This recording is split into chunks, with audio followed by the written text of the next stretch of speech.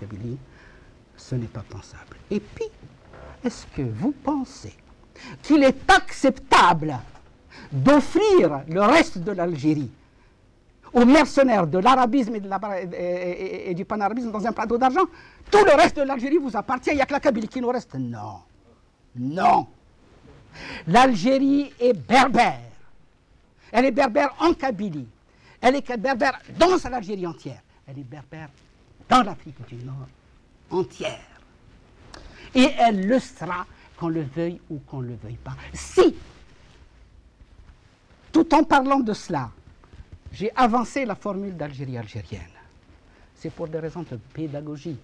C'est pour que l'élément arabophone, qui sont nos frères, j'insiste dessus, qui sont nos frères, nous pratiquons une politique de fraternité, une culture de fraternité.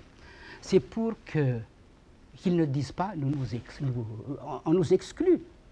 Puisque nous parlons le berbère, la plupart d'entre eux pensent qu'ils sont des Arabes, parce qu'ils parlent arabe, parce qu'on leur a dit qu'ils sont arabes, parce qu'ils sont élevés dans cet esprit-là. Mais ils nous excluent. C'est une manière de dire non, dans l'Algérie algérienne, vous y êtes. Vous êtes des berbères, nous disons que nous sommes tous des berbères. Les uns sont des berbères berbérophones, les autres des berbères arabophones. Vous êtes là-dedans. La formule d'Algérie algérienne, c'est une formule qui est accessible, qui peut être comprise et qui nous unit plus facilement. Très bien. Maître Rachid Ali Yahya, أنا أظن الحوار شطوح هذه الوقت حتى القضاء يجي الوقت تصوم سلاي إبراهيم كم رايدي غير دينير ده شو إذا كان الدين la place de la religion دي le rassemblement guinéen. La religion, alors le pouvoir, ça a été la politique constante du pouvoir à l'époque de ce qu'on appelle la crise berbériste de 49. Comme par la suite, on nous a toujours présenté pour des éléments qui sont anti-religieux, anti-islamiques. C'est absolument faux, ça ne tient pas debout. Nous sommes contre l'arabisme. Nous sommes contre le panarabisme. Nous ne sommes pas contre l'islam. Nous savons fort bien qu'en Algérie, il y a diverses opinions, mais qu'il y a une dominante incontestable. Les gens sont musulmans. Nous ne pouvons pas ne pas en tenir compte. Jamais vous n'aurez entendu dans ma bouche un propos anti-musulman. Nous avons du respect pour l'islam. Nous avons du respect pour ceux qui pratiquent l'islam. Nous avons du respect pour ceux qui professent l'islam. Et de quel islam s'agit-il? Bien entendu, ce n'est pas cet islam des intégristes qui donnent de l'islam un visage sauvage, barbare. C'est un islam tolérant, un islam évolué, un islam ouvert, un islam moderne. Et nous militons pour cela. Parmi mes amis, j'ai des gens, parmi mes proches, j'ai des gens qui sont profondément religieux, et je m'en réjouis, et je ne tolérerai pas, je ne tolérerai jamais que l'on dise de nous que nous sommes contre l'islam. Ceux qui le disent veulent nous salir, mais ça ne correspond pas à ce que nous pensons, ça ne correspond pas à ce que nous professons, ça ne correspond pas à ce que nous pratiquons. Bien entendu, nous sommes vis-à-vis de l'islam respectueux. Les gens de chez nous, dans l'ancien temps, pratiquaient un islam populaire. Ils n'ont jamais été contre la modernité. Ils n'ont jamais empêché leurs enfants de poursuivre leurs études et d'avancer dans la voie de la modernité, bien au contraire. L'islam moderne, actuellement, on voit que ce n'est pas le même dans tous les pays. Vous avez l'Arabie saoudite qui a son islam à lui, le wahhabisme, qui est un islam puritain, un islam orthodoxe, un islam moyenâgeux. C'est la lecture primaire de l'islam. Vous avez l'islam d'Al-Azhar en Égypte. Vous voyez que chacun a son islam. Al-Azhar, aussi rigoureux, aussi orthodoxe que le wahhabisme, avec des adaptations avec le régime de dictature qui s'est instauré en Égypte.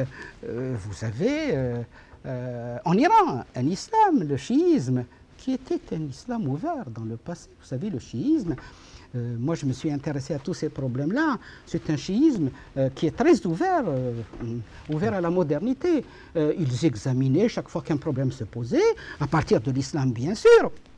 mais en tenant compte des conditions nouvelles qui existent. Malheureusement, il y a cet intégrisme qui est venu et qui a entraîné l'Iran et d'autres pays voisins dans ce cercle infernal.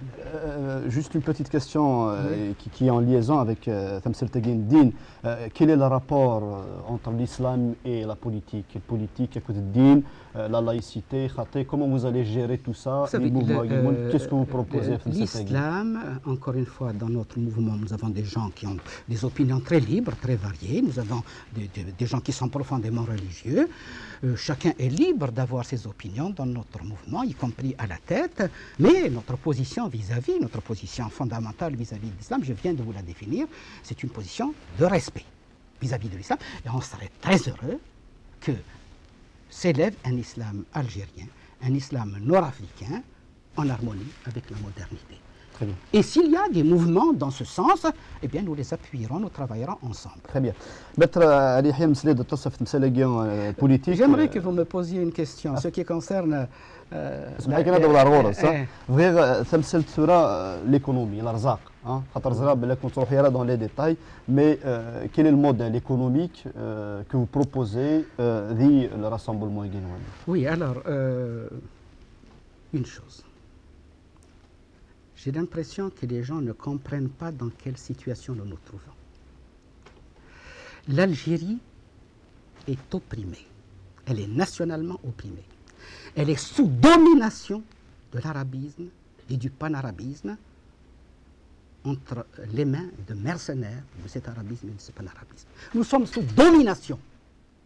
Un peuple dominé, vous n'oubliez jamais ça, vous parlez souvent de certaines formules qui sont trop atténuées. On parle d'un problème d'identité, puis d'un peu de langue, etc., etc. Nous sommes sous oppression. Nous étions dominés anciennement par le colonialisme français. Maintenant, nous sommes dominés par l'arabisme et le panarabisme, en utilisant l'islam également. Et lorsqu'un pays est dominé, quel est son objectif fondamental? C'est de se libérer de cette domination.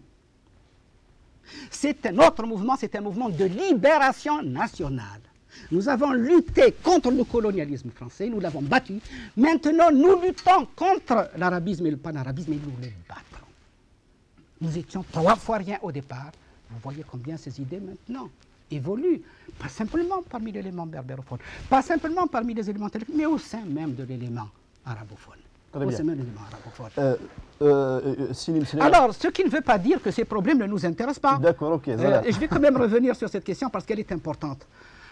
Je n'ai pas jugé utile, enfin nous avons défini nos positions, un régime démocratique chez nous, avec justice sociale et modernité, ce sont des points sur lesquels nous avons insisté. Nous avons une stratégie parce qu'il n'est pas suffisant d'avoir des objectifs, mais il faut avoir avec quels moyens, quels sont les moyens pour y parvenir, quelles sont les forces sociales et nationales sur lesquelles s'appuyer. Nous avons considéré l'objectif à atteindre, l'Algérie algérienne. Là, l'Afrique du Nord nord-africaine, c'est un objectif très difficile à atteindre. Eh bien, nous devons travailler une politique de large rassemblement, d'où l'idée de rassemblement pour une Algérie algérienne fédérale. Ça nous oblige à avoir des positions précises sur le plan de l'édification du pays.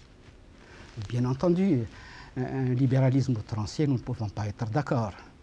Un socialisme islamique, nous l'avons connu, ça n'a conduit à rien, ça n'a conduit à rien de sérieux. Nous voulons un régime équilibré, où la bourgeoisie nationale